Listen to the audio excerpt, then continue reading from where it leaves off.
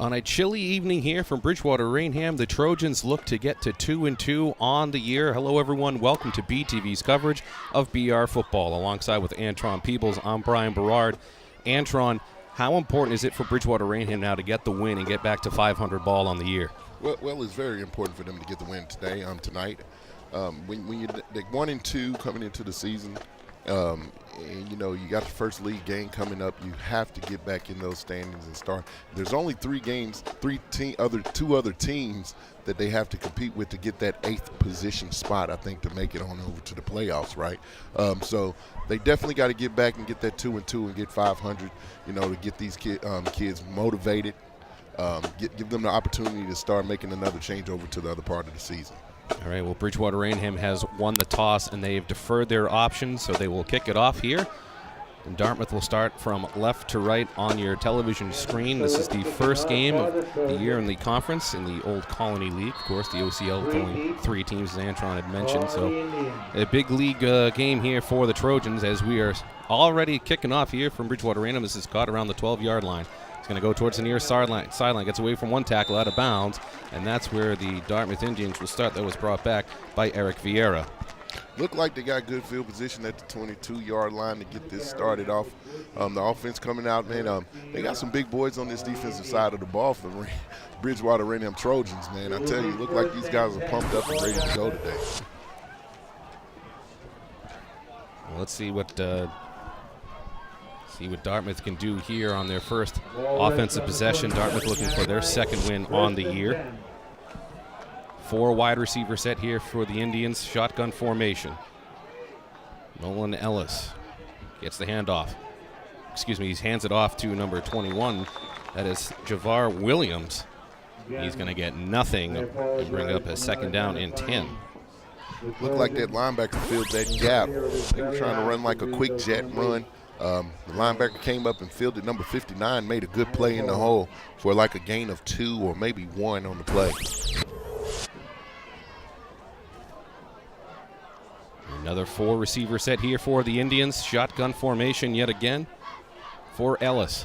Direct snap to Ellis. Looks over to his left, out in the flat. Again, finds Williams, and nothing doing there. That's going to be about a loss of 2 or 3 yards and brings up a long third down for the Indians. Nice play by the outside linebackers. They ran a little swing pass.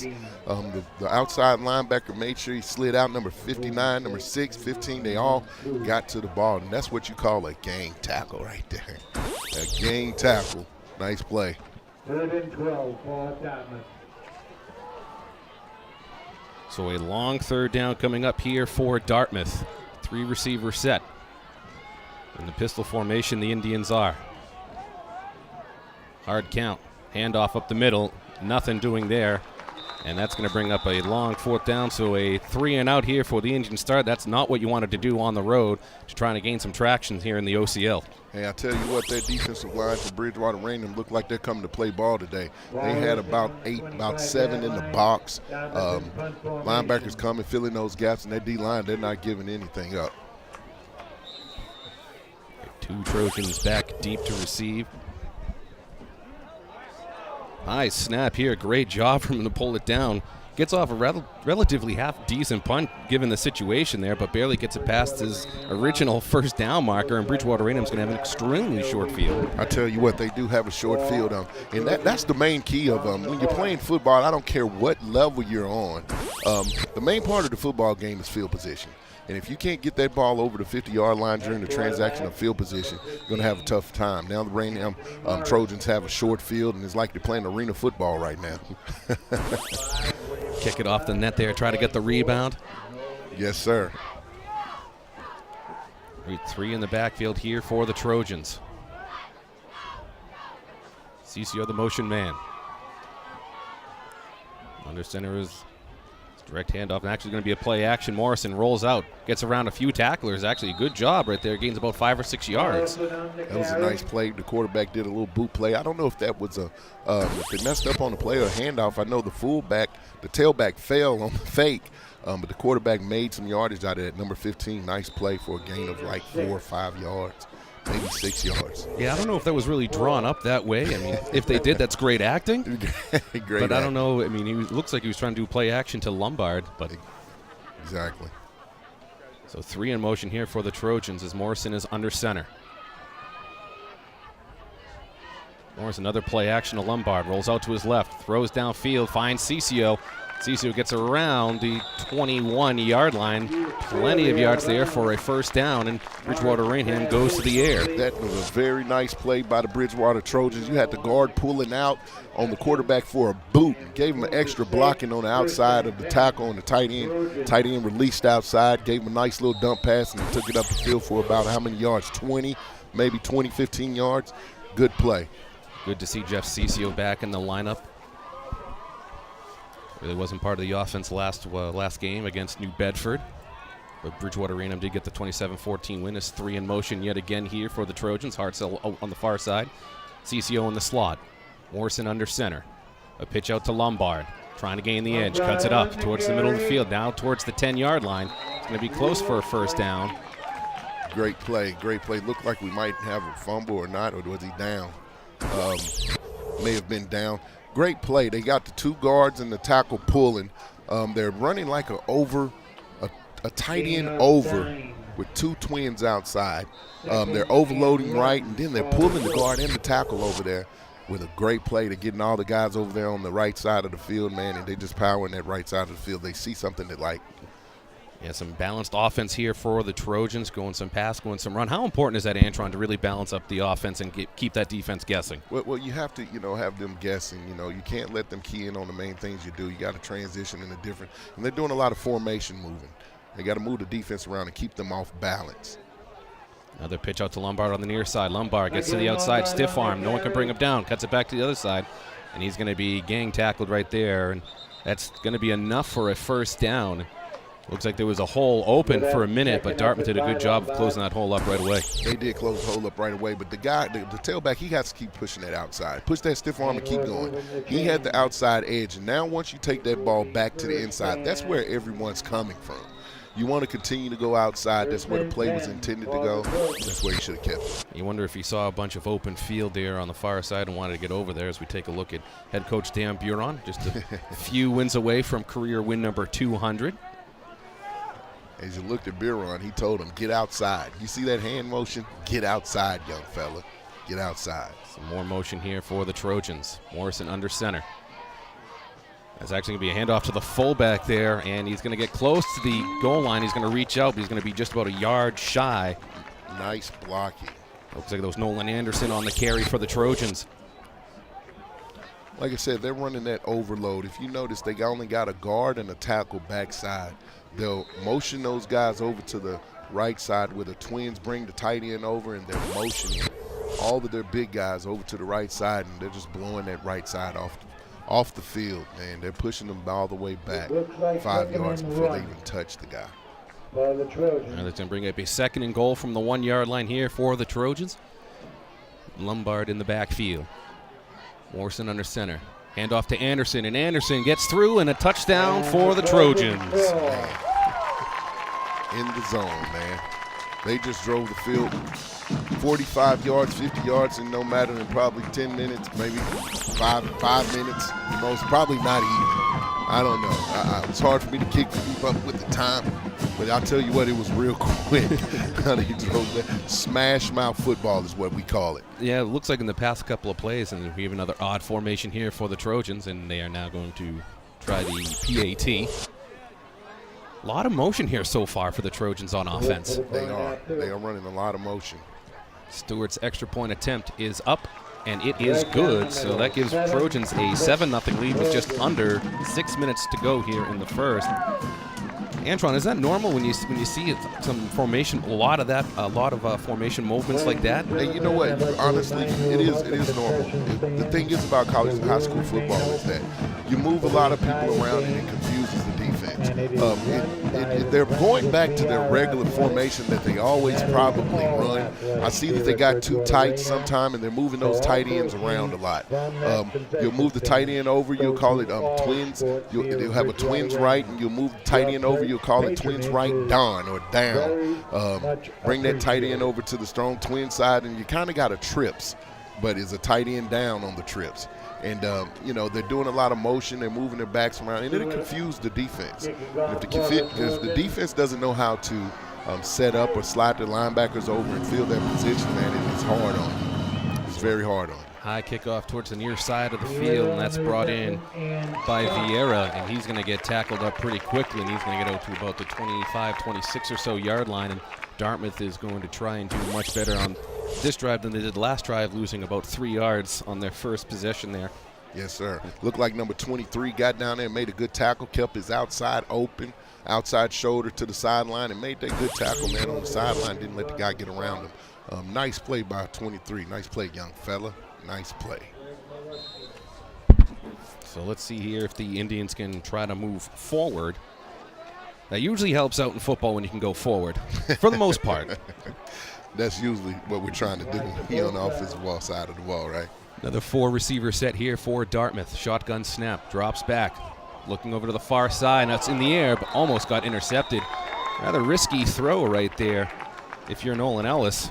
Hey, I tell you what, he has a good arm, but I tell you, that defensive back read it. He saw his eyes, and he broke on the ball, and there was about 3 defenders from the Trojans right there ready. Number 6, 59, and number 3, on the play. Good play, young fella. He broke on that ball, and he almost took it to the end zone, man. He saw a small window, but it was closed. It was actually quickly closed by Shane Fries. He said, I want some shake with that fries. Handoff, and he goes up the middle. Good run here. Gain for about 4 or 5 on the play. So finally a positive play here for the Indians. Yes, sir. I know Dartmouth coach was ready for that one. That's a positive gain on probably like 3 or 4 yards. Good play. They need some more of those. Keep this ball going down the field. Javar Williams on the carry. Freshman running back for Dartmouth. So it brings up a 3rd and 6 here from the 26-yard line for Dartmouth.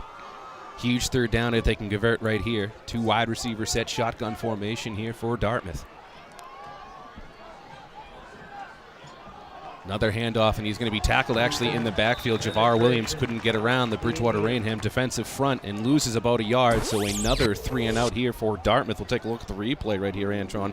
Just gets right up the middle. That offensive line really couldn't do anything for Dartmouth. Yeah, they can, man. Their defensive line looked like they're getting up the field and pressing that offensive line of Dartmouth's team. Man, the main thing is pressing the front defensive 4 or 5 guys in the middle of the defense, man. And if you can't move that front line, it's going to be hard.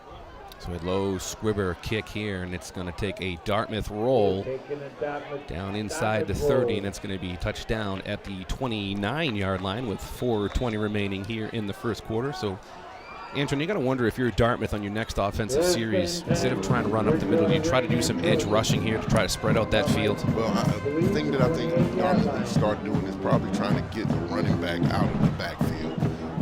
Maybe run some flat plays, get the running back out in the open space, move those linebackers around and make them make tackles out in open space.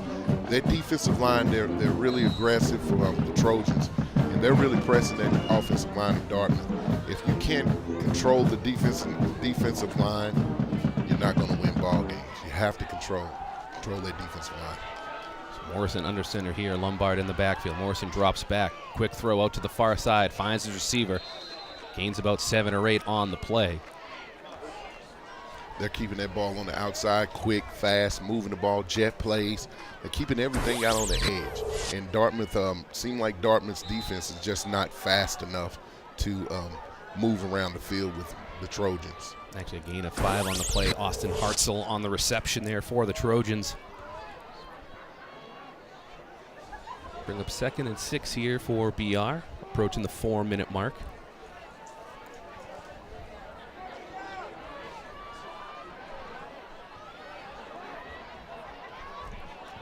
The two receiver set here for the Trojans. Again, Morrison under center. CCO in motion. Stops a pitch out to Lombard. Cuts it up towards the middle of the field. Lombard, enough for the first down. Gain of about 7 or 8 on the play, and the Trojans get up to the 40-yard line. And we're moving the They're really pressing those edges, and then they're moving. They're spreading the ball around. They're doing a good job of spreading the ball around. They're hitting the outside, then they come back to the inside. Then they give them a little hot pass outside. They're spreading the ball around, and that's the way you want your offense to move. That's the way you want it to press the defense and let them not know where the ball's moving to or where it's going. Yeah, in their game against Zavarian when Bridgewater-Raynham started throwing.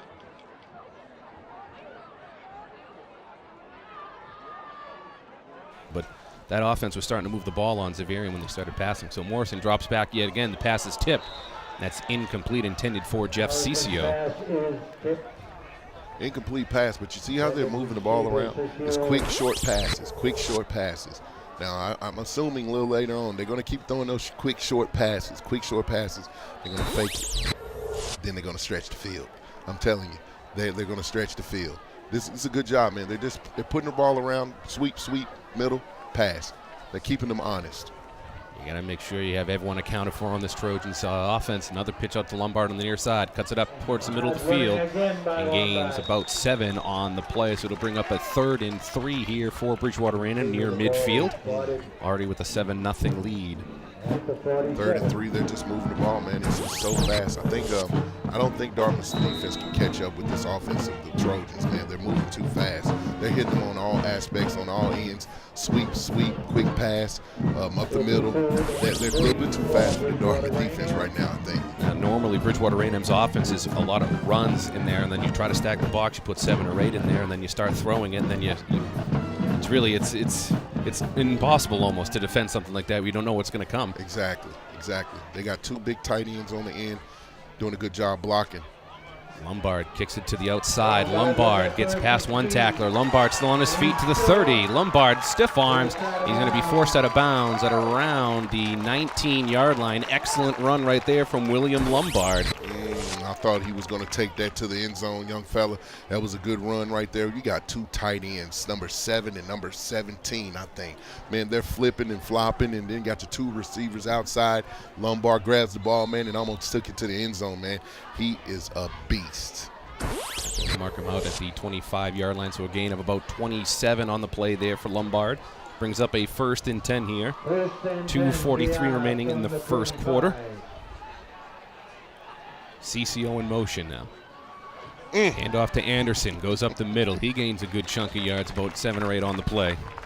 Woo! Hey, young fella, I tell you what, if you see a guy that's 6'4" and out there spreading it out as a receiver, you know he's coming down to do something. Number 17 came in and cracked down on a linebacker. If he just would have ran off of his butt just a little bit, he would have been singing in the end zone right now, man. I tell you what, those big guys are really blocking. They're doing some good blocking down there on that line. It's Jeff Cicio, the man who's already received a couple of Division I offers from Fordham and Maine. He's a big kid. He looked like he's around 6'3", 6'4", and I tell you, man, if he keeps doing what he's doing, he's a good-looking young fella. He got good size. Looked like he's about 215, 220, 6'3", somewhere around that size. Looked like myself, kind of back in my heyday. Oh, there we go. Dartmouth takes a timeout. Actually, wouldn't be the first BR Trojan to go to Fordham. Of course, Madison Shaw from BR, from the softball team, played at Fordham. Oh yeah, that's my little niece right there, Madison Shaw. Fordham in New York, right? That's what it was. Absolutely. Yeah. Good softball player. He's got a brother now that's at Navy. Bryce Shaw played on the football team here. Yes, sir. Should be seeing some action next week. Yeah, exactly. He's definitely moved himself up the depth chart, right? He's on the special teams, getting a little action, getting a little run, and that's what you go to college for, man. To give you an opportunity to be great, change your life, go to school, get an education, and hopefully play a little football along the way. That's a good job right there. As we took a quick look there at Pink Nation tonight, of course, October Breast Cancer Awareness Month, but going back to Bryce Shaw, he said he wanted to serve his country and he wanted to play Division I football, and he has the opportunity to do both at the same time. So excellent job there for Bryce Shaw. We have a 2nd and 2 here for the Trojans now. Hand off to Lombard, up the middle. Gets through. Lombard still plowing through. Lombard into the end zone. 18-yard touchdown scamper for William Lombard. My. Look what I got here. How you doing? Here I am. In the end zone, man. Those linemen, man, they are definitely doing their job, blocking, sealing it off, man. Those guys are pumping their feet. This defense was on their heels all the way to the end zone. Number 5, Lombard at 6. Give him 6. Went right up the middle, opened up a hole, and he just fought off some tacklers there and went into the end zone. Hey, I tell you, this defense for Dartmouth, I don't think they know what's hitting them right now. They need to regroup, think about what they're doing. Stewart's PAT is up, and it looks like it is right down the middle, and it is. So a 14-0 lead here in the first quarter here for Bridgewater-Raynham. If you're Dartmouth, what is there to do? Hey, they got to bow their necks. They got to bow their necks and start playing some football, because it seems like right now they're not ready to play some football right now. And the Bridgewater-Raynham Trojans are coming to play football and let people know they are better than a 1 and 2 team. I know they played some of the top 2 division teams in this league. The first game of the season. They played Duxbury and Xaverian the first 2 games of the year, 2 teams that will definitely be at Gillette Stadium in the Super Bowls come December. Right. Well, I'll tell you what, you can't judge a book by its cover sometimes. Sometimes you look at a team and you say, okay, they're 1 and 2, and you kind of start judging their record, but you got to understand that this is a good team. I could look at them and tell them they're a good team. They look like a young team. They're coming out here to play football. They got some guys that's on the line. There's some big guys that look like they might have the opportunity to go to the next level. This is going to be a game if they don't if they don't start bowing their necks. It's going to be a blowout. And this one's going to be caught around the 10-yard line by Eric Vieira. Cuts it towards the near side of the field and get tackled around the 22-yard line, so that's where the Indians will start. Bridgewater-Raynham, as you mentioned, they're 1 and 2 right now, and they are 7th in the Division II power rankings. If the season were to end right now, they'd go on the road to Braintree to take them on in the first round of the playoffs. And last year, Bridgewater-Raynham handled Braintree pretty easily in the first round of the South Sectional Tournament. Right. Handled Natick pretty well in the second round. And then they went to the South Sectional Final and lost to King Philip for the second straight year. Of course, King Philip back-to-back state championships for them. Yes. Scott Zolak's team of choice. Zolak. 3 receiver set here for the Indians. Trying to throw this one down the field. Looks like that was intended for Nathan Oliver, just over his fingers. It'll bring up a 2nd and 10 here for the Indians. Once again, number 3, man, he's biting on those plays, man. He is definitely coming up, trying to get him an INT. He barely missed that one, like you said, just off the fingertips, man. He's an aggressive defensive back. I see they're running a cover 2. They're keeping 2 over the inside, keeping them deep, but they're staying over the inside receivers, and they're giving them the opportunity to take that ball back and give him 6. I guarantee you he'll bite on one before the game's over. Ellis in shotgun formation. Williams behind him. Handoff to Williams. Actually, it's going to be a fake. He's going to keep it this one himself, and he actually gets a lot of daylight right here over towards the 45-yard line. He's tackled out of bounds. Great job right there from Nolan Ellis. Looks like that defensive line there from BR was focusing on Williams. Yeah, that was a nice little fake right there. They jumped and bit for the fake. Quarterback slid around and got outside and made a little play and scampered for a few yards. I'm sure the defense of Raynham didn't like that. It's like Luke Payton had an opportunity to bring him down in the backfield, but couldn't quite convert on that. So big chunk of yards right there for Dartmouth. They're on the 46-yard line now. Brings up 1st and 10, under 2 minutes left here in the first quarter. Handoff up the middle for Williams, and he's going to be swarmed. He's only going to gain about 1 yard on the play. That's Nolan Anderson who made the initial contact on the tackle. Yeah, they got some aggressive linebackers. Number 59, is very aggressive. That inside part of the defensive tackles to the nose guard, man, they're playing good football. The thing is, I think what Dartmouth may need to do is try to put the ball over the linebackers into the middle of the field. Give them a little dump pass, fake, dump it off to the tight end. Start using the tight end a little bit there. Free safeties are out on the outside of the tackle box, bringing them up in the box a lot. Behind those receivers, those tight linebackers, are a lot of room to go. There's going to be a flag on the play here. Looks like it's going to be a false start on Dartmouth, our first penalty of the game, and it is. Relatively clean game up until this point. But, you know, for Dartmouth, you got to wonder that penalty's got to be a shot in the foot there. You finally had just got a big chunk of yards. You're finally moving the ball. and now you have to go back 5 yards, brings up a 2nd and 14. Exactly. As my coach would always say, the teams that makes the fewest mistakes win the ball game. You can't make any mistakes to stop your drive. That'll slow your drive down. It'll stop you from getting into the end zone. So 2 wide receiver set here for Dartmouth.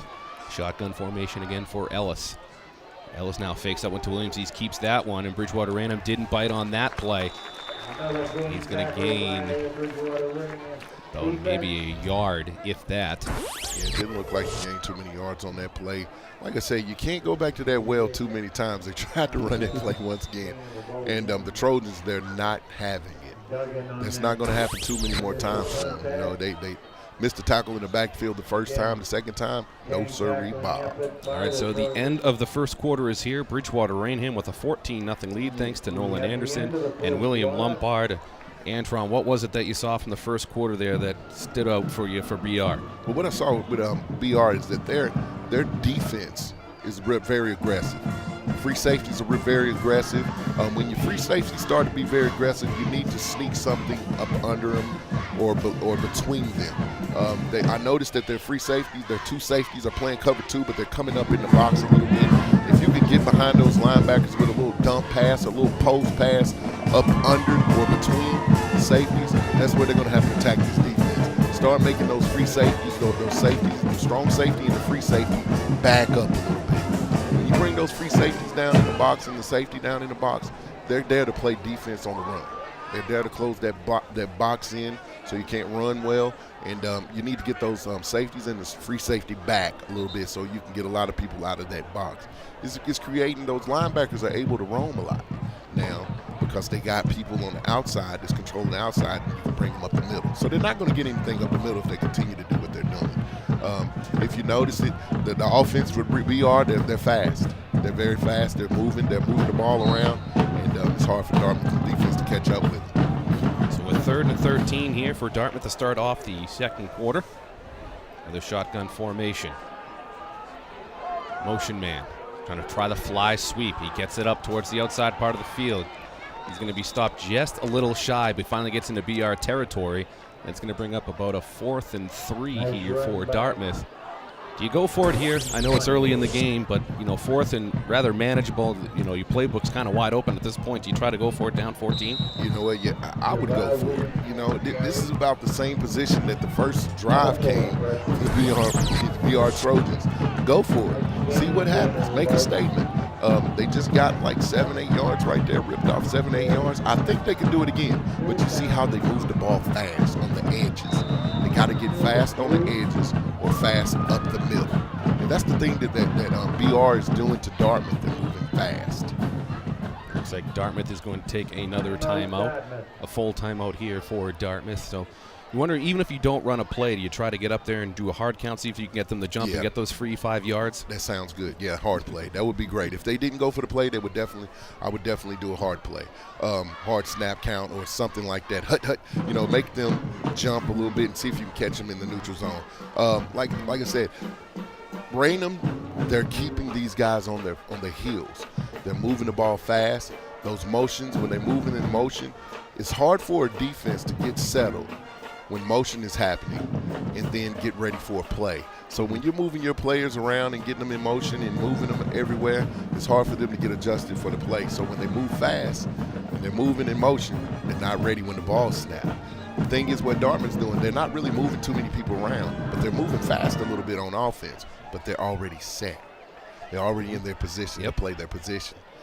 So it's kind of tough. Yeah, when you put people in motion, you're kind of hoping that someone messes up and loses their man, and then you have someone that's wide open. But yes, sir. And you notice, even off balance, just being off balance when you're moving, it's hard for you to, take a block on when you're moving. So 4th and 3 right here. 4 receivers set for the Indians. 3 on the far side, 1 on the near side. Shotgun formation. Direct snap. Ellis now looking, and he's just there was 2 receivers there that could have caught it. Either Javar Williams or number 87 Maxwell Farah could have caught that one for the Indians. Had to wonder if he was maybe trying to go high or he was trying to find his tight end there, but Bridgewater-Raynham gets a turnover on downs. Yeah, I think he was trying to find that tight end, but he just kind of overthrew him. He was trying to dump it over into that little hole, number 87, and he just overthrew, like extended his arms. That's a big guy, number 87, and that's an easy throw to make, but he was rolling to his right, trying to throw with his left arm. There's Nico Carucci in the middle there on the coverage between the both of them, making it kind of a tricky throw. So Bridgewater-Raynham takes over from the 47-yard line. 2 receivers set, Morrison under center. Morrison drops back, looks out to the far side, flops that one up there for Cicio, finds him over the shoulders. Cicio battling through a tackler, and he gets out of bounds around the 25-yard line. Extending the field. There it is. The quick stop hitches, they stop. Now he's ready to extend the field. He just ran a quick fade route. Number 21 didn't press him. They had a cover 2, and number 13 had to get over there. He didn't get over there quick enough, and number 2 didn't get enough depth. There was nobody underneath number 13. I mean, the cornerback, number 21. So he should have extended that. There's nobody coming out of the backfield for him to be over the top in a cover 2. So he should at least help that free safety get back. Jafar Williams, the running back there, looked a little lost. So 1st and 10 here for the Trojans. Handoff to Lombard. Lombard up the middle like he shot out of a cannon. Oh, what a move by Lombard. Cuts back to the near side. Lombard to the 10, to the 5. Pylon. Touchdown. William Lombard again from 25 yards out. Woo! My goodness. My. Look at this. We'll take a look at the replay right here. Look at that. Beautiful juke move. Another one. Gets to the near side. I tell you what, he's going to make the highlight film for him this year. You cannot make a tackle with your head down. That'll get you hurt every time, or it'll result into give him 6. Nice run by your guy Lombard. Young fella took it to the end zone. So Stewart will try the PAT. Point after touchdown. And He puts it high into the night sky, and it looks like it is good, and it is. So a 21-0 lead here for the Trojans, just under 10 minutes remaining in the second quarter. It looks like the Trojans come out here to play a game today. These guys are running the ball. Number 5, Lombard, he seems like he's ready to set some records today. He's running the ball like a man. William Lombard, his second long touchdown run of the evening. And this is only his junior year too, right? He has another year left to play, man, and he's running like he's a senior. We saw his first action last year was in the Thanksgiving Day game where BR sat, Devontae Graves. They didn't play Bryce Shaw, right? And you got the opportunity to see some of their underclassmen, and he played good against Brockton. And we always say, was it because Brockton didn't really have their heads in the game, or if he's really that good? But I think we're starting to see that he's really that good. He's really that good. I give it to him. He's really that good. End over end kick towards the far side of the field, caught it around the 12-yard line, brings it up towards the far side, kicks it out towards the sideline. It's going to be pushed out of bounds at around the 34-yard line. Looks like that was, again, Eric Vieira on the return for the Indians. Yeah, like you said, man, some kids you can just tell who has the it factor. They got it. They're gifted. They have a little talent. He has some talent, man, number 5 Lombard. I like to see kids that have talent. I like to see them grow, and I like to see individuals that come out here and take an opportunity and make themselves great, man. They're going to rule them out actually at the 30-yard line. So a 3-receiver set here for the Indians, 2 on the near side, 1 on the far side. Handoff to Williams up the middle and gains maybe 1 yard on the carry. So bring up a 2nd and 9 here for the Indians. Gain of 1. 2nd and 9 for the Indians. Of course, the first OCL game for the Trojans this year. Be huge if they can get the win. Then they go on the road next week to take on the other OCL team in Barnstable. If they win that, they clinch the OCL. 2nd and 9 snap. Handoff to Williams yet again. Goes up the middle, and he is just swallowed up in the backfield. Actually going to say there was no gain on that play right there, so we'll bring up a 3rd and 9. Looks like that was Luke Payton that got in there for the Trojans. Yeah, it looks like the the Trojan defense has taken over this offensive line Gain of of 1 Dartmouth again. because these guys seem like they don't even want to Third run the ball and anymore. They don't even look like they want to take the ball out of the quarterback's hand. He was running slow. He could have bounced that outside. He could have hit the C gap on the left side and probably got a little bit more than that. But I think the defensive line of the Trojans have taken it out of the offensive line of Dartmouth.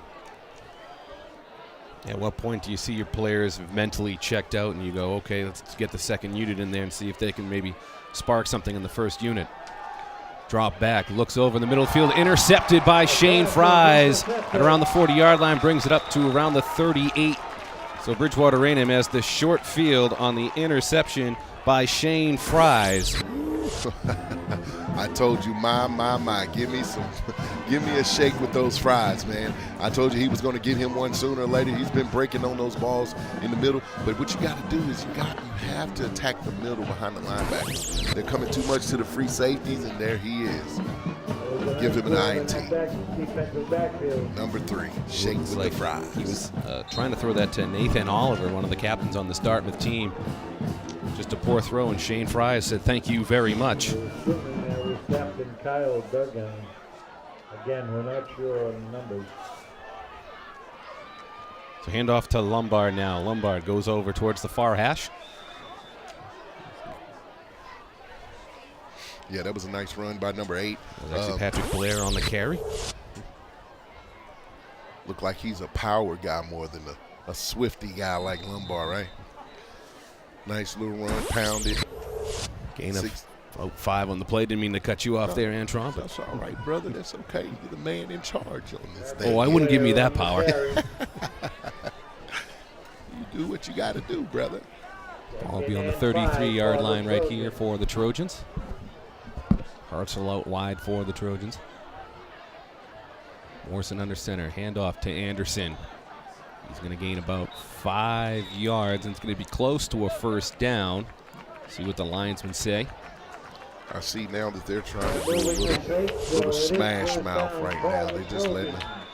They're just letting the big boy do his job. Do the work, big boy. Do the work. They're not doing anything fancy. They took number 5. They took Lombard out, and they're going to let the big guy get him a couple of yards and let him pound it.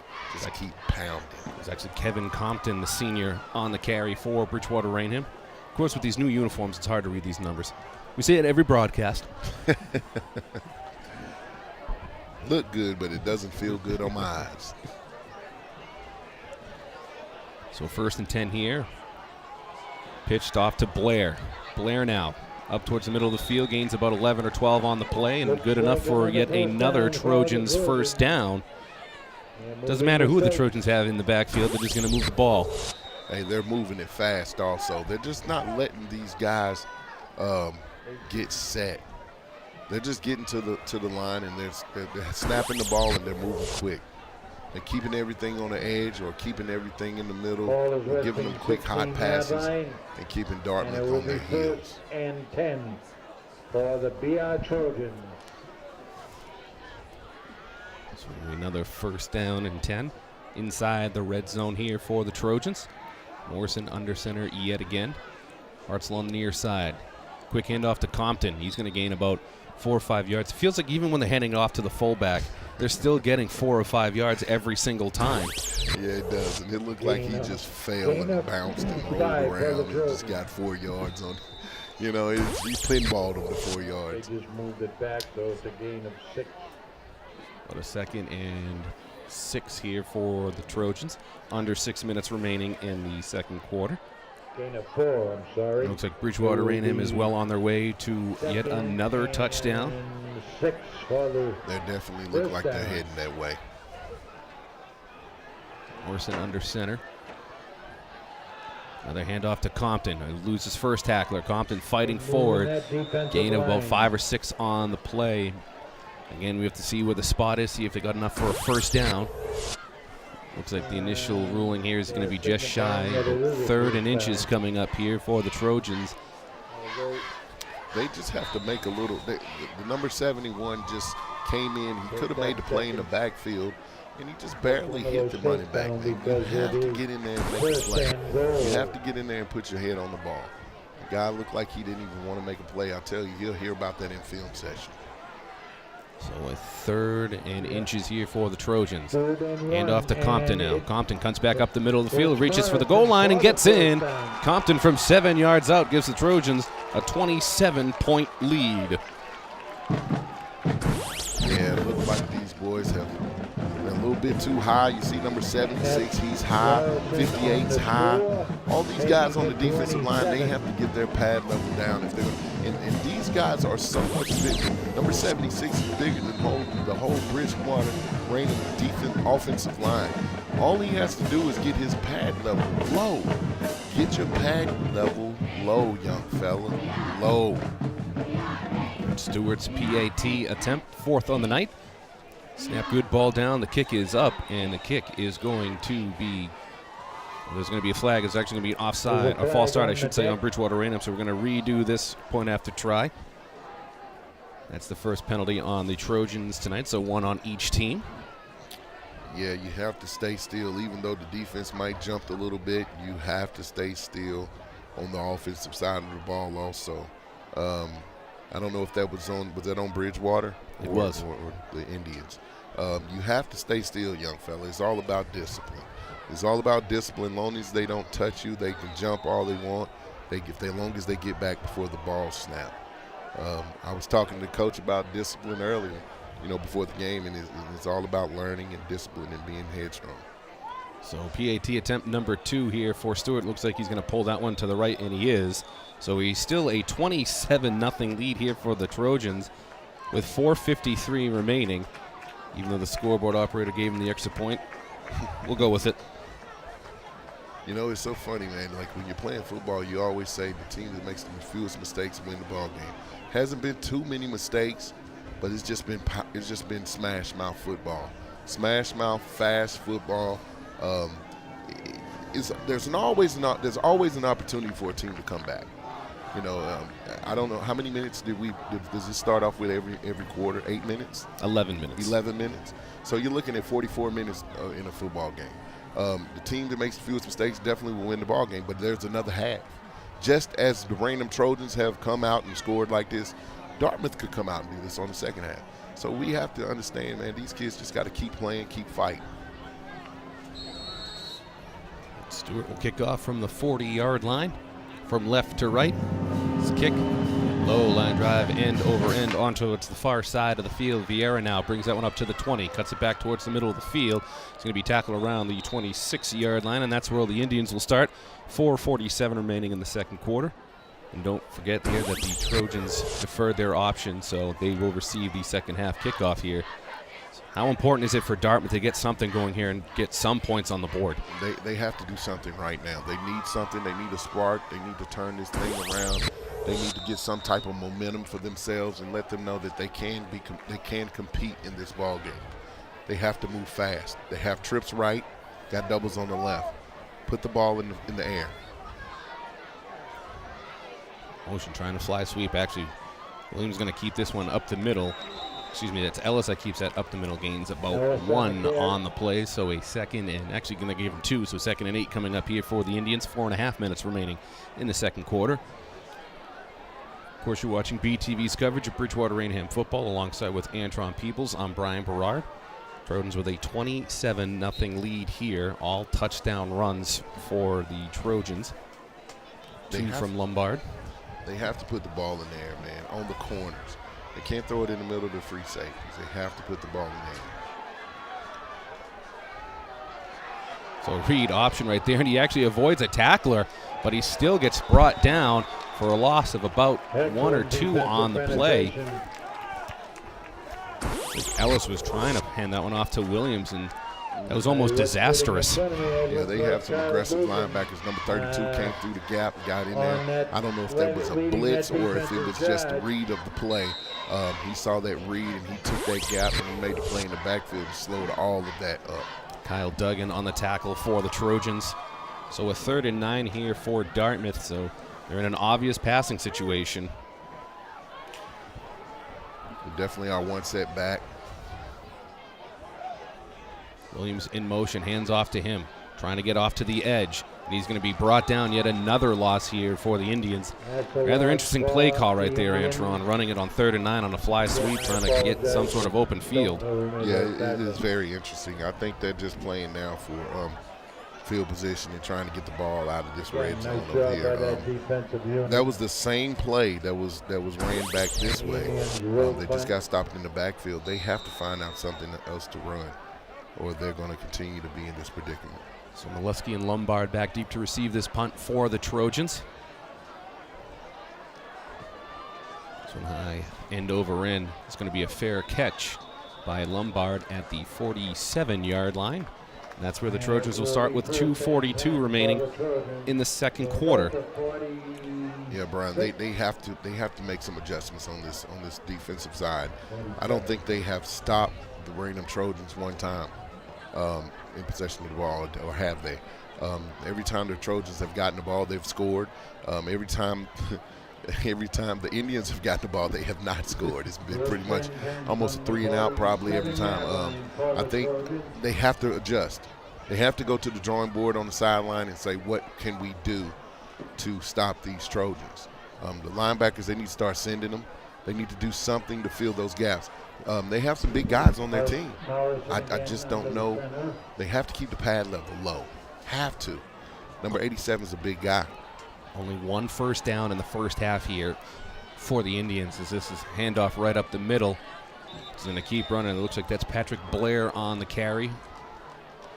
He's going to gain about 5 or 6 on the play. We'll bring it to 2nd and 4. If you look at the replay right here, Brian, look at number 87. Number 87 is too high. His pad level is too low.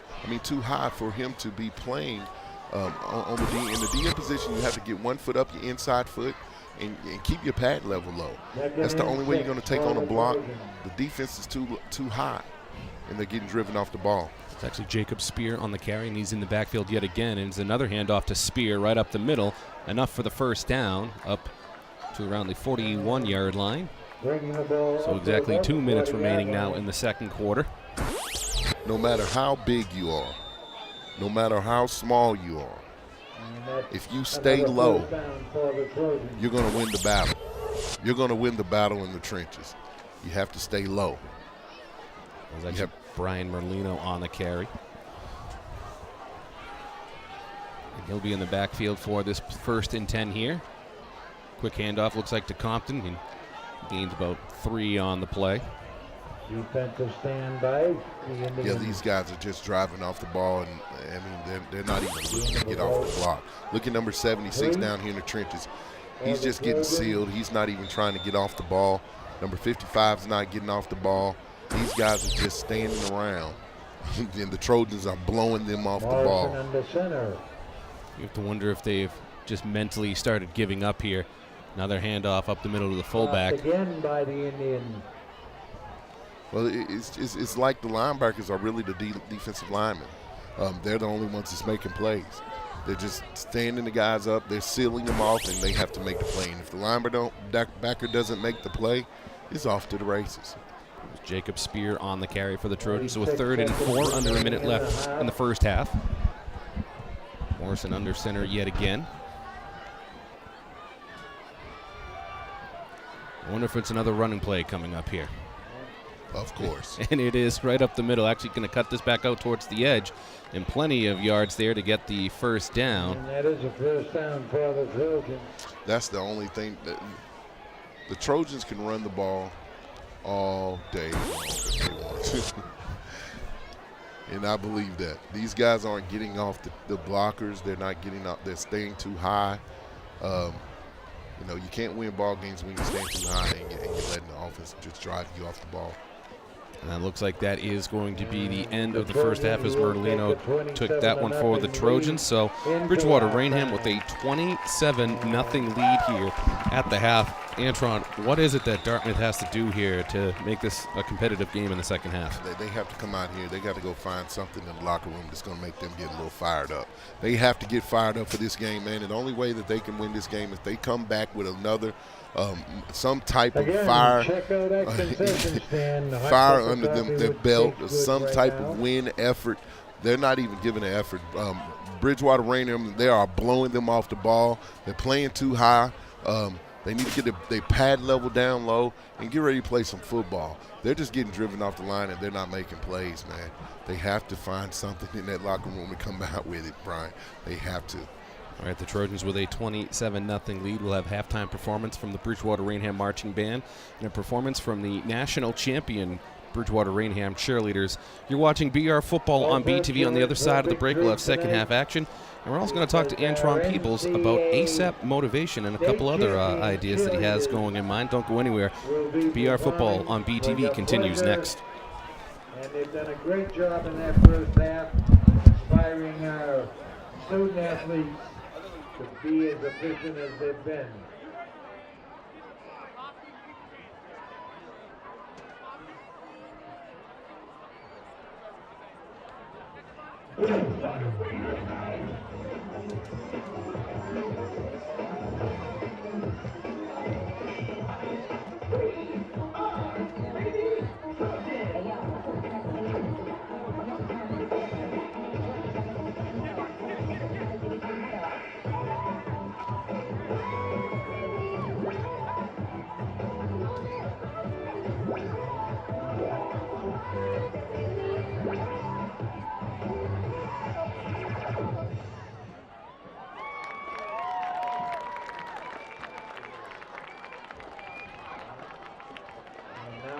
To at least mention the captains of that cheerleading squad. We don't have that much time before the band comes out. Olivia Carrera, Alexi Kish, and Brooke O'Donnell. And great job, girls. And now again, for your pleasure, I don't have anything written up here on what they will be performing, but much improved Bridgewater-Raynham marching band, outstanding participation, and they have done a great job this year. And it is my pleasure to introduce the BR Marching Band.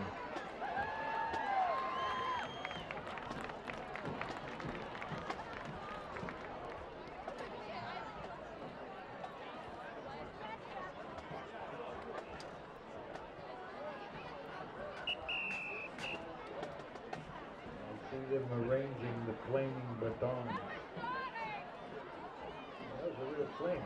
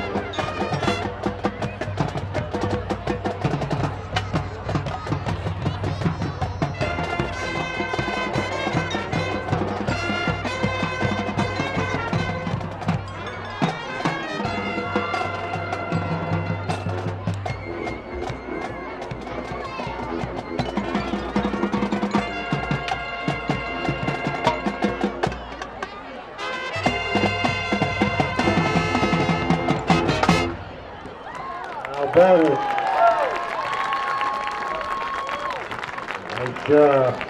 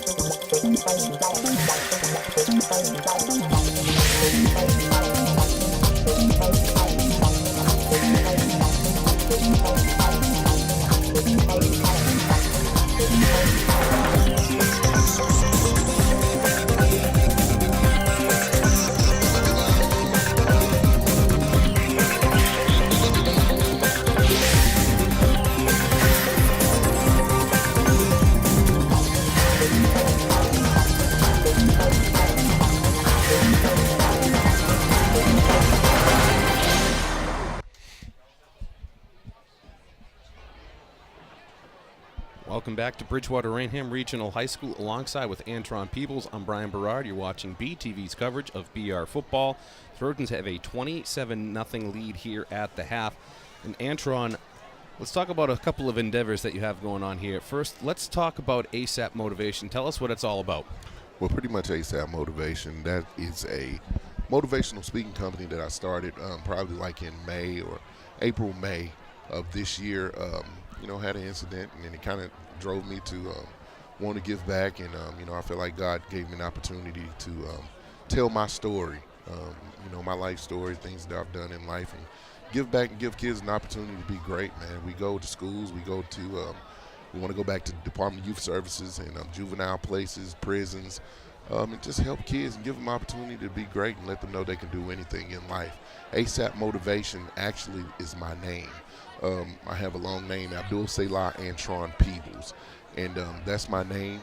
I used to be ashamed of it, but now I love it, and we're trying to give people an opportunity to just be great, let them know they can do anything in life. Kids, they need that right now. It's very pertinent that we go back and we talk to these kids and motivate these kids to be great.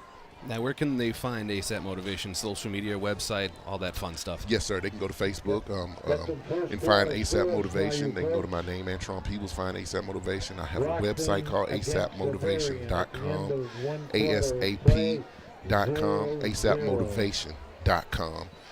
They can go to Instagram, original_ ASAP Motivation. I'm everywhere on the internet, so you can find me, ASAP Motivation. Awesome. Now let's talk about Sippin' Now here. It's Step Into Your Potential Now, and you have a Thanksgiving Feed the People event coming up, so let's talk a little bit about that. That's my other company that I partner with. This guy, a friend of mine named Rashad Gardner. He's from Brockton. He has a company called Gaming Platinum in Taunton, Massachusetts, which is a gaming arena.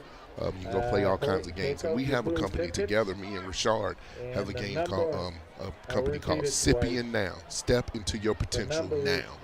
A 501c3 company, which we're helping individuals in the community also.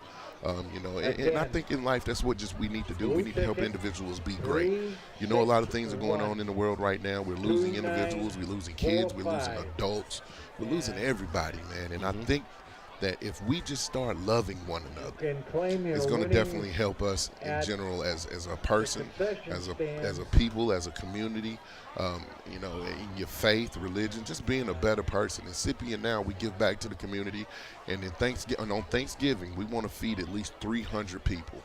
300 to 400 people. That's awesome. And that's what we do, man. I love people in general. I love everybody. And I want to give people an opportunity to understand that somebody's still in the community that cares. And when you look at community, at the end of community, what is the word? Unity.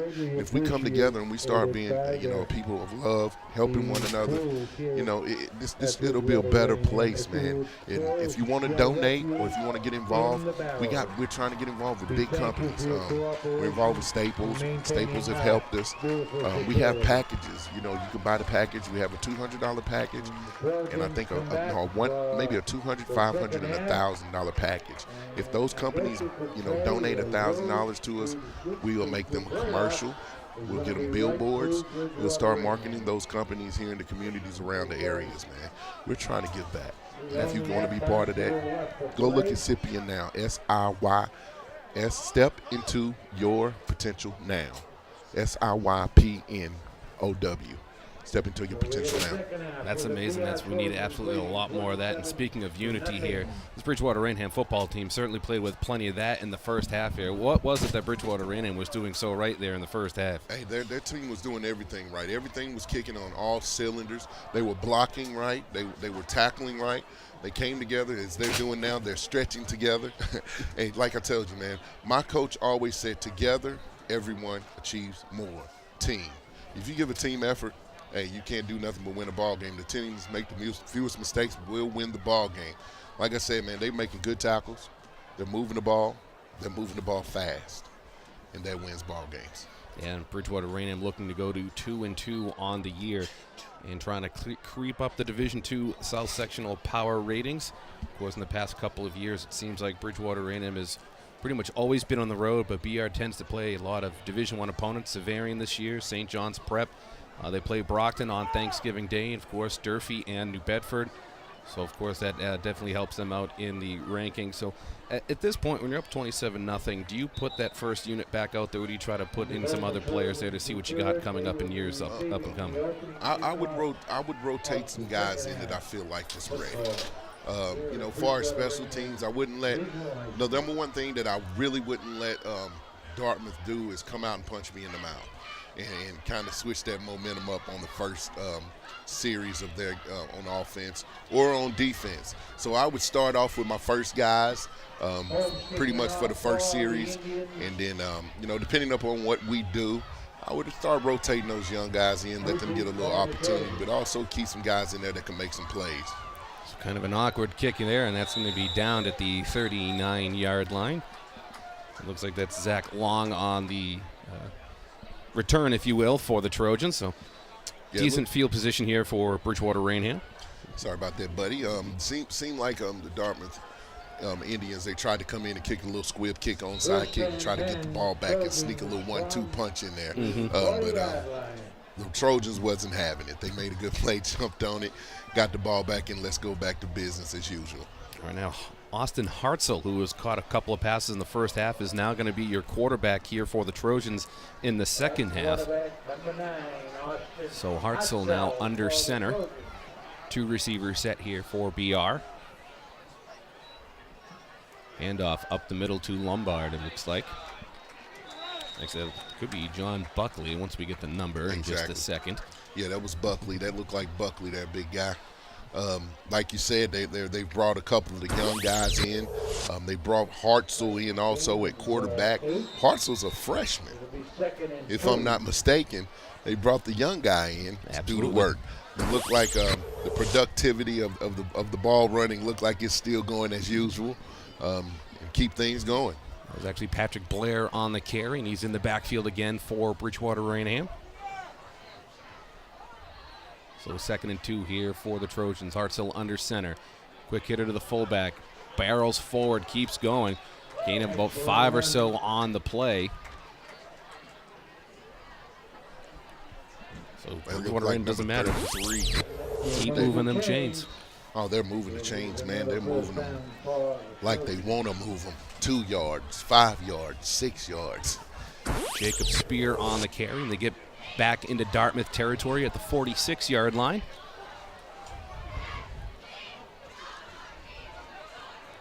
This is always the fun part when they start interchanging players, and you have to keep on your toes up here in the booth to make sure you get the right numbers.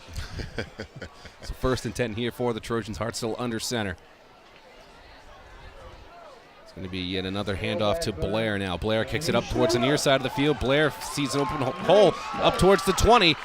Cuts back in again towards around the 15, down at the 13-yard line. Great run right there from Patrick Blair, just juking and jiving and making people miss and fighting off tackles. Yes, he was. He was fighting off tackles. Looked like we got a flag out there on the play, though, Bree. It was a good run. He had his eyes. He was running off the blocks. Man, the productivity is continuing to go. It seemed like the other guys that started the ball game are on the sidelines just watching. It's going to be a block in the back, actually, on the Trojans, so bring that one back. Good run from the young fella. They're doing their job, keeping everything, keeping the intensity high, and they're letting Dartmouth know that we're not letting up. We're putting on more steam.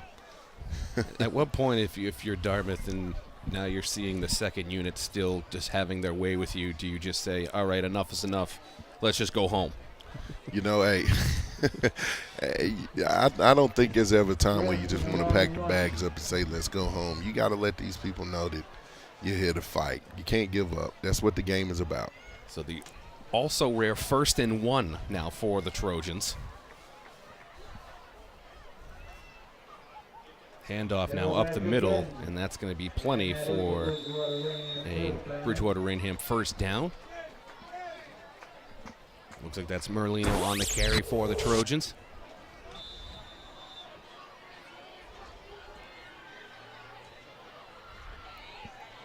So a 1st and 10 from the 33-yard line, approaching 8.5 minutes in the third quarter. Trojans still with a 27-0 lead. That will look like number 25. That was a different running back in there for the Trojans. Number 25, getting him a little piece of the action. Brian Merlino, the junior. Feels like about the 100th ball carrier tonight for the Trojans. So handoff up the middle for the fullback. That's going to be a gain of about 1 or 2 maybe on the play. It looks like that Jacob Spear on the carry. Yeah, in my own opinion, I think Dartmouth, they haven't really given up. They're still trying to fight. They're still trying to punch back a little bit. But they're definitely they're in a war right here that they don't have anything to fight back with. So 2nd and 8 here for BR on the 31.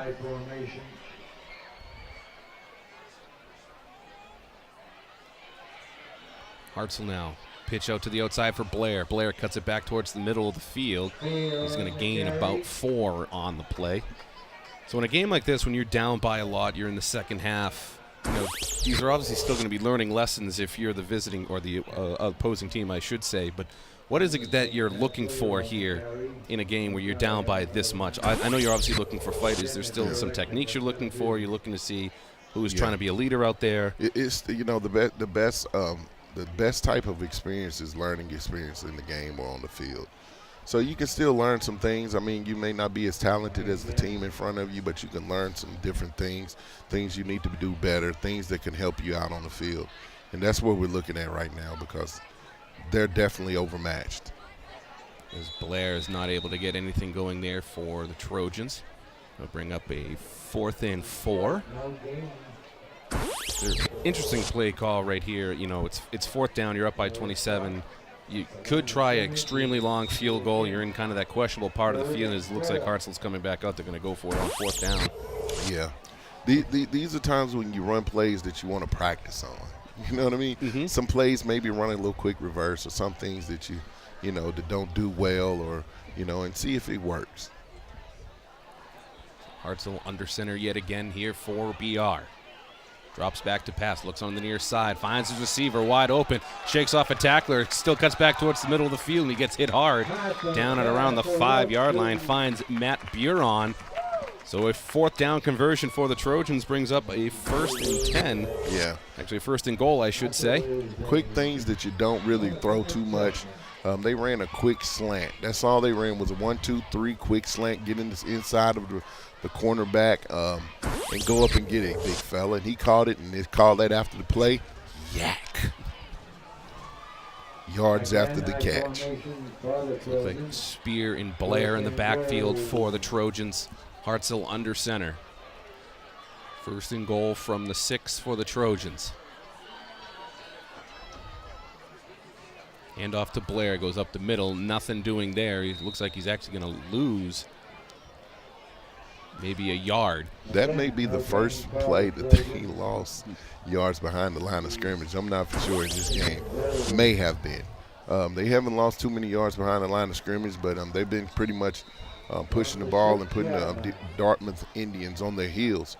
Like I said, man, they're keeping it real simple, stupid. My coach would call it KISS. Keep it real simple, stupid. Just keep smash mouth, smash mouth, smash mouth, because the Dartmouth Indians cannot handle it. They have the second team in, they have the young guys in, and they're keeping the productivity up, man. If it ain't broke, don't fix it. And they're actually going to say that there was no gain on the play, so 2nd and 6, or 2nd and goal from the 6. The 2-receiver set here, and that's going to be a false start on the Trojans. That'll take them back 5 yards. And I'm sure Coach Biron's not feeling too happy about that. Looks like that was the left guard that jumped there for the Trojans. And these are the things right here that you learn about. These are the learning experiences on both ends. Even the Dartmouth Indians are learning something. And also the BR Trojans, they're learning some things right now, the young guys.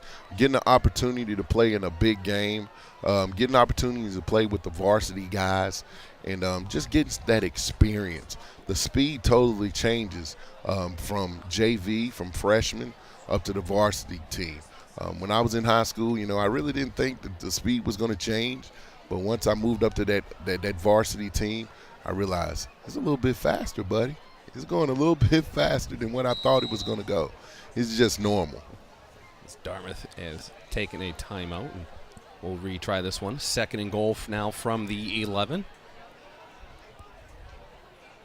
2 in the backfield again for the Trojans. Hand off to Blair up the middle. Shakes off a first tackler. He actually going to gain maybe 3 on the play. This looks like a 3rd and goal coming up here from the 8-yard line. They're just rumbling and bumbling and stumbling, and then everybody's jumping on the pile. You tell these some young guys, seem like the Trojans are letting up a little bit on their blocking, but these are younger guys that sitting there, but they're doing a good job.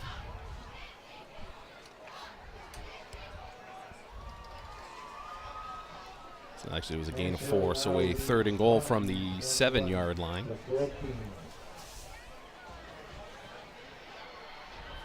Again, 2 in the backfield for BR. Hartzell under center. It's going to be a pitch out to Blair. Blair kicks it back up to the near side. Blair untouched into the end zone. And yet another rushing touchdown for the Trojans.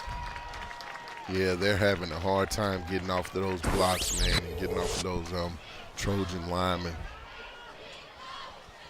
Eagle got to the edge right there, saw some open field, got some nice blocks, and Blair runs it in. I like how the Bridgewater Trojans, they stay low, they keep their pad levels low, and they drive, Number 76 on Dartmouth's team, he's a big fella.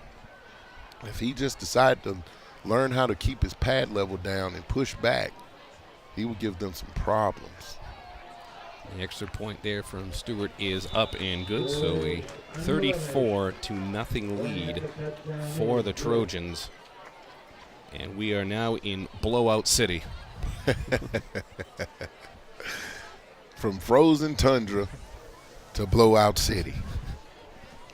That was the 4th Trojan rusher on the night with a touchdown now. My. That's how you spread the ball out, like you were saying. That's how you spread the ball out, man. Everybody touches the ball. Everybody eats. That's what we used to say when you might see it sometime in the NFL or in college. These kids will take a long run, and then next thing you know, they act like they're eating some good food. They say, we're eating. We're eating. Everybody eats. Everybody eats. And that's the type of team that I want to be on. And everybody can eat and get full.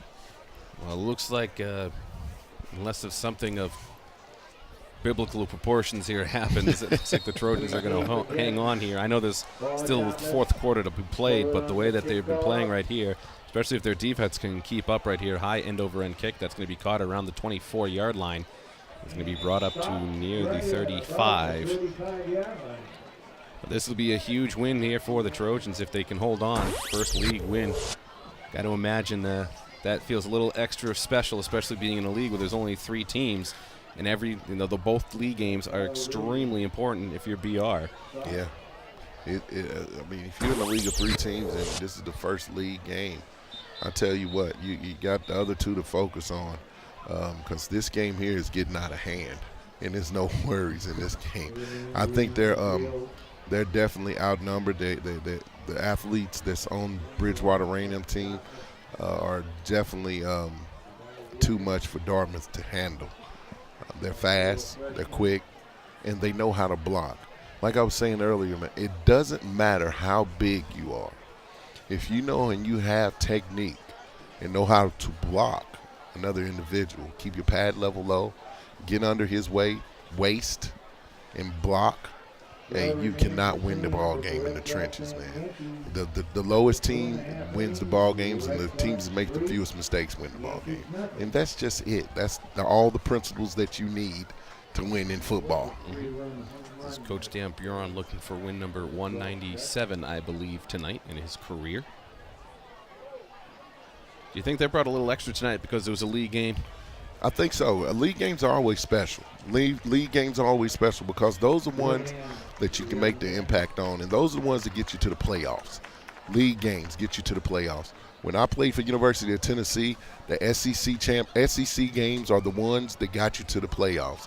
Those are the ones that got you to the SEC championship game. We knew when it came time to play Florida, we had to beat Florida, because if we didn't beat Florida, we wouldn't go to the SEC championship, and we wouldn't have an opportunity to win the national championship. League games. And you can nearly thank Florida for the conference championship games almost never happening now after the SEC had their first one. This poor snap right here, and Dartmouth is actually able to get about 1 yard. So these league games, man, I'm telling you, these league games, they mean a lot to you. And you know, give you a little bragging rights also. You know, you win the league games. Those are the games that you want to win. So, you know, in your area, the teams that you play against in your league, you can brag with these guys. Let them know that you whooped up on them. Yeah, absolutely. Going back to that point, I think maybe it was Florida, Alabama in the first SEC championship game. I can't remember who it was, but Florida had no shot of getting into the national championship game that year, and they almost pulled off the upset, which would have cost the SEC their opportunity at the national championship that year. But luckily it worked out. Yep. There was an interception thrown right at the end of the game. Yep. So now all the conference championship games are going to be extremely successful because of it. Exactly. But had Florida pulled off that upset, who knows where college football would be today. Right. It changed the whole dynamic. And it should, though. You know, it has to be, you know, everybody gets an opportunity to win. You know what I mean? To go to that next, you know, game. The SEC is a really big conference. Got a lot of the teams that ends up in the top 10 during the year. I think we may have 4 or 5 of them in the top 10 right now. Absolutely. So, you know, and it's tough. Oh, my God, a broken play. Another high snap right there, and he almost rips it off and could have gone. If he got past that last tackle, I don't think anyone was going to get him on that far sideline. Open field, man. He looked like he would have went all the way if he wouldn't have got stopped or tripped up on that play. Second straight play there that Ellis had to jump up for a snap, and good job from BR defensively to make sure he wasn't going to break free and get a huge chunk of yards. And fourth down here, and Dartmouth will send this one on its merry way. Seems like every time Dartmouth has a broken play, they get some yardage on it. Maybe they need to start running broken plays, man. About two or three Dartmouth Indians there jump right there, but maybe that's what you got to do. You get the high snap, you fool them that way. Drop the ball, young fella. Drop the ball. Yeah, fumble it forward a couple yards and see what happens. Right. That's a big fella running off of their field for the Trojans right there, number 66. Noah Leach, the senior. My goodness, he looked like a man amongst boys. And a high knuckle ball here that's going to bounce at around the 42 and take a BR bounce. That's going to be down at around the 42-yard line. So that's where the Trojans will start off with just over 1 minute remaining here in the third quarter. BR with the 34-0 lead. Behind 5 touchdown runs. 2 from William Lombard. And I tell you what, man, I mean, you getting beat up on this bad. I never had the chance to be on the losing end too many times. I'm not bragging, but I've never been on the losing end too many times. Just stating facts. But I tell you what, man, it doesn't feel good when you're losing and you're sitting on a cold sideline. There's no heaters out there, nothing for these kids. I know it's not too cold, but I'm from Tennessee. It's a little cold for me. But these kids have no heaters or anything out there, man, and they're getting whooped up on, man. I tell you, that's not a good feeling, buddy. See, eventually when the temperature gets to a certain point, I just don't feel anything, and then I just pretend that it's all good. You just got to close that side of the brain out, right? The temperature part. Just ignore everything. Ignore it, right? It's about 49 degrees right now, and Luckily, there's no wind to speak of, or else the wind chill really would have been making things miserable. Exactly. You know, the past couple of years when BR has gone up to Wrentham to take on King Philip in the South Sectional Final, that is freezing cold. Oh, my God. Especially when you're sitting on the metal bleachers, that does not help the case at all. That's not good. So a 2nd and 9 here for the Trojans, 20 seconds left in the third quarter. It's going to be a handoff, looks like, to Spear again. He's going to gain about 3 or 4 on the play. Hey, looked like number 52 got a little fire. I mean, it was a nice play by the linebacker from Dartmouth. Came up, made a nice tackle. Nice little dive. He filled the gap. Made a good little nice tackle on the play. And those are the things you want to still find. And that is going to be the end of the third quarter. Bridgewater-Raynham has this one easily right now, 34-0. You know, at this point, do you put in the third stringers to get them some playing time? You got to, man. You got to put everybody in there, give them an opportunity to go out there and show their skills and bring them up through the line, see the pace, see the speed of the game, give them an opportunity to get out there to lick their chops a little bit and show what they got. I would throw some young guys in there and definitely ease them in, rotate them in and out. Let the older guys sit back and relax their feet, kick their feet up a little bit, young fella. Kick your feet up.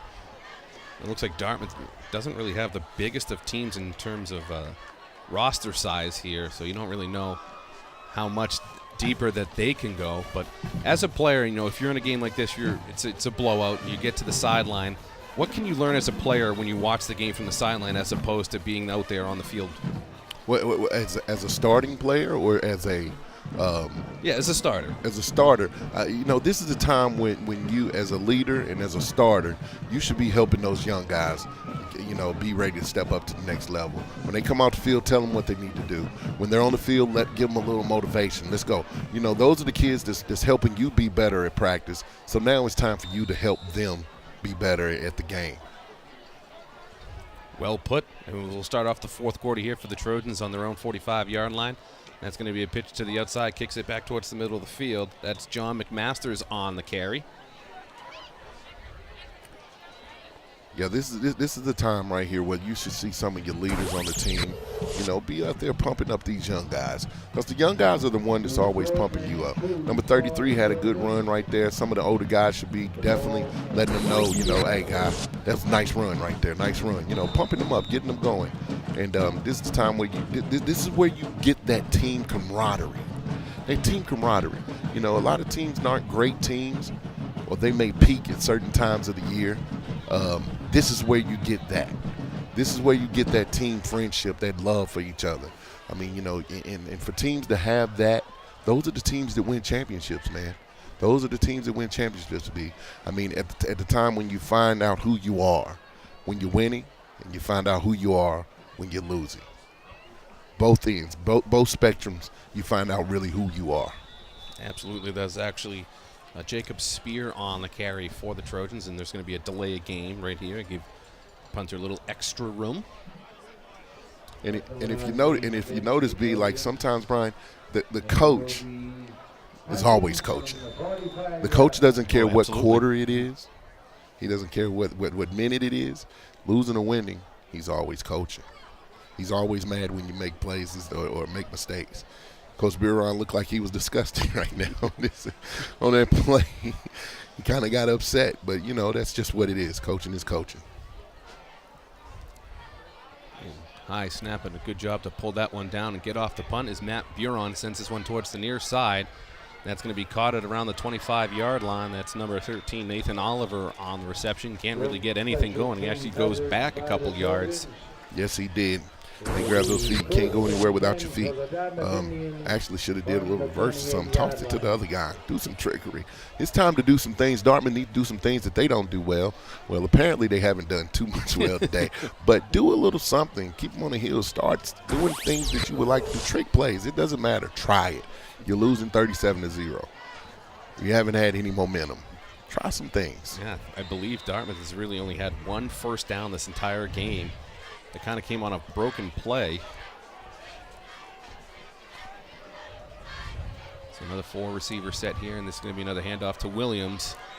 Doing the same exact thing that hasn't worked for you all night. Right. Right. And I'm just starting to I don't understand what they're doing. They keep running the two doubles, one back in the backfield with the quarterback, hiking the ball, handing it off to him like on a sweep or some type of speed sweep or handoff. He has no one in the backfield blocking for him. And they've been doing it all night. What are we doing? What are we doing? Sometimes it may not be the players. Sometimes it may be the coaches. Head coach Rick Wedge probably switch things up. Another 4-receiver set here. Yep. For the Indians, Nolan Ellis ready to take the shotgun snap. Williams in motion, handoff to him. Actually, Ellis is going to keep this one, go up the middle, try to kick it to the outside. Ellis, nice run right there, gets to the far sideline. Ellis up to the 50, to the 45, fights off some tacklers, gets up to around the 41-yard line. That's going to be the second first down for the Dartmouth Indians all night on a nice run from Nolan Ellis. Now, they may be the first time that defense have seen that play. You know, they're rotating new kids in. They're putting new kids in and out. You notice some of the guys that's starting defense, they're not on the field. Number 52, number 7, 17. A lot of those guys are over here having a picnic on the sideline. But these are some new guys that's coming into the game, and they're running that speed option like double wides, one running back, and then they bring the flex, the flanker in motion to run across. It's something they haven't seen. Here he comes again, right to him.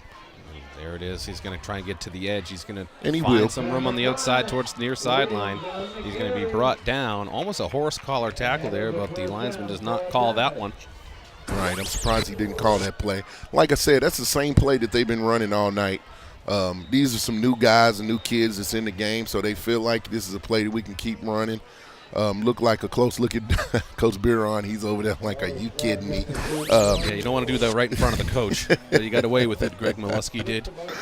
Yeah, he got away with one right there, young fella. Got away with one. These are new plays that these new kids have seen. Some of the players that were already playing, that wouldn't have worked. But, you know, they're doing what they do, and, you know, that's who they are. So another 4-receiver set here for the Indians. Williams in motion. High snap. Ellis now is going to go towards the near sideline. Gets around the edge.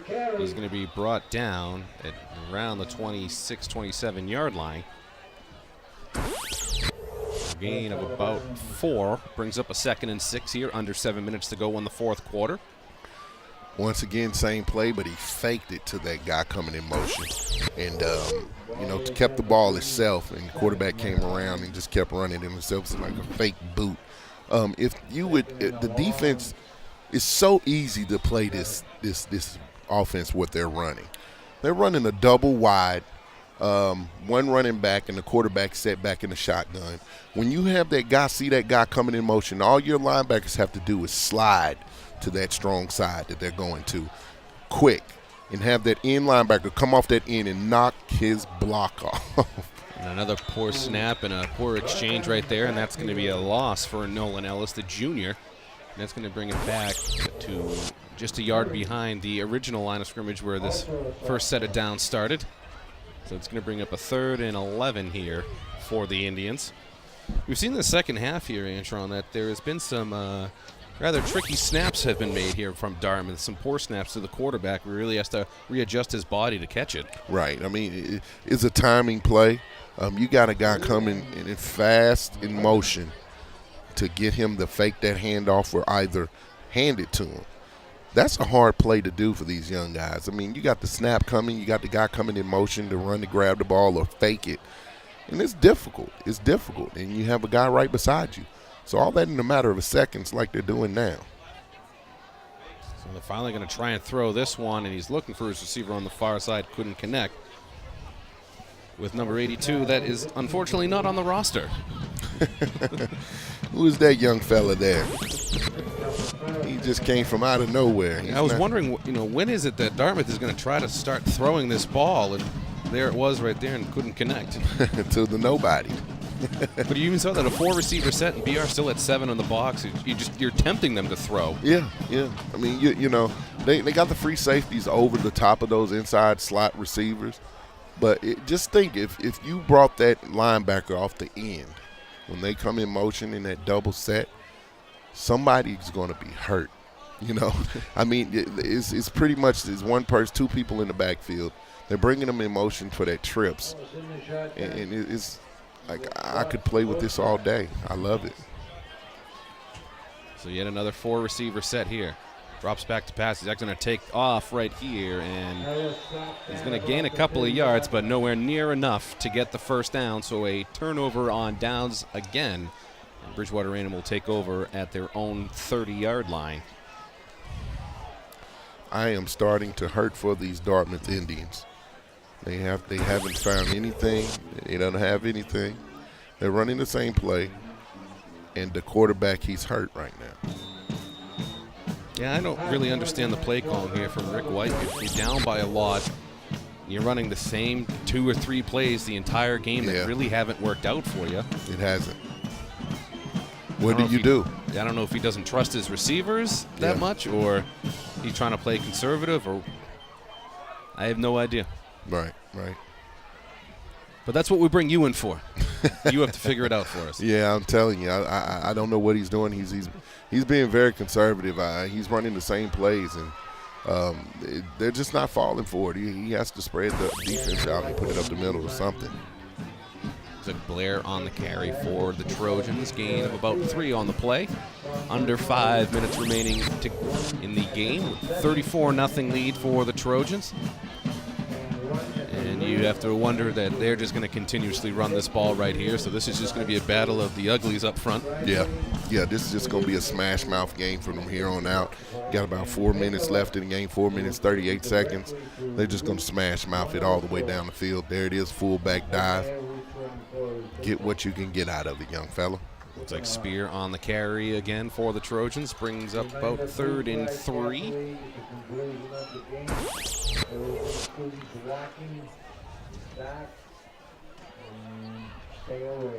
So once again, I expect the same thing. Just run up the middle, see if your offensive line can open up a hole and get another first down. That's it. That's what they've been doing all night. Opening up holes and getting first downs. Seem like that's been the motto of the night. Open up the hole, get first downs. I wouldn't say there's a huge size advantage right here if you're the Trojans, up front. But as you said, if you have the right technique, you can get anything you want done. There's another handoff up the middle. Blair does another couple of cuts, and he's going to get plenty for the first down and then some. Gets up to about the 44-yard line. I mean, you got to understand, number 76, he's getting upfield. Look, see how he's breaking the level of the line of scrimmage? Big number 76, big guy. What's his name for the Indians? Number 76 is breaking that front line. He's a big guy. His name is Thomas Aguiar, big guy, junior. Breaking that level, but he needs somebody else to break it with him.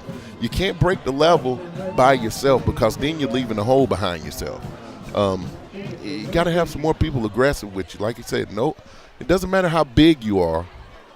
If somebody knows how to block you, you see the big guy? The big guy went in there and grabbed him somebody that time. He was ready to eat. The big fella grabbed him one.